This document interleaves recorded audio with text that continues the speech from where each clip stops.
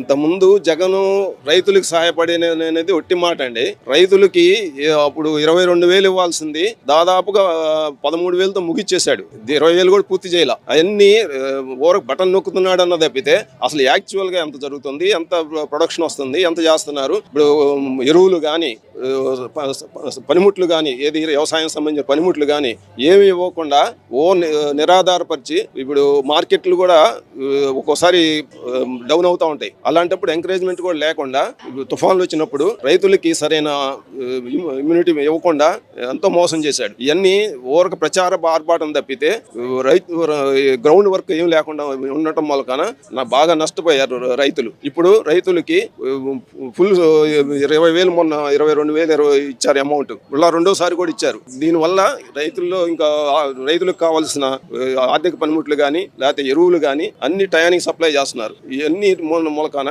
రైతుల్లో ఆత్మవిశ్వాసం పెరిగింది.